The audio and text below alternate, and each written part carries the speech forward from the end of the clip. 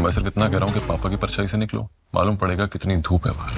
প্রথম সিরিজ দিয়েই বাজিমাত করেছেন শাহরুখ পুত্র আরিয়ান খান। মুক্তির পর থেকেই ব্যাটস অব বলিউড নিয়ে মত্ত নেটিজেনরা।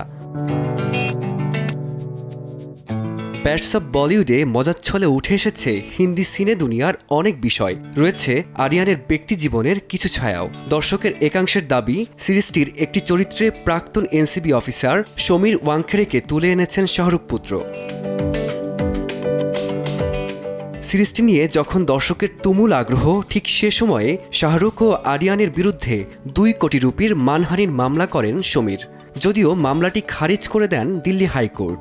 মামলা করে সুবিধা করতে না পারলেও আরিয়ানকে খোঁচা দিতে ছাড়েননি সমীর।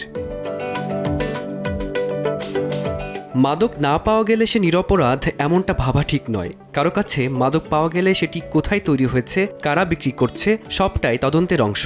আইন মেনে সেই মামলায় সবটা করা হয়েছিল, কাউকে বলির পাঠা করা হয়নি। সম্প্রতি এক পডকাস্টে মাদককাণ্ডে আরিয়ানের গ্রেফতার হওয়া ইস্যুতে এমনই ইঙ্গিত দেন সমীর। ফারদিন মাজহার, সময় সংবাদ।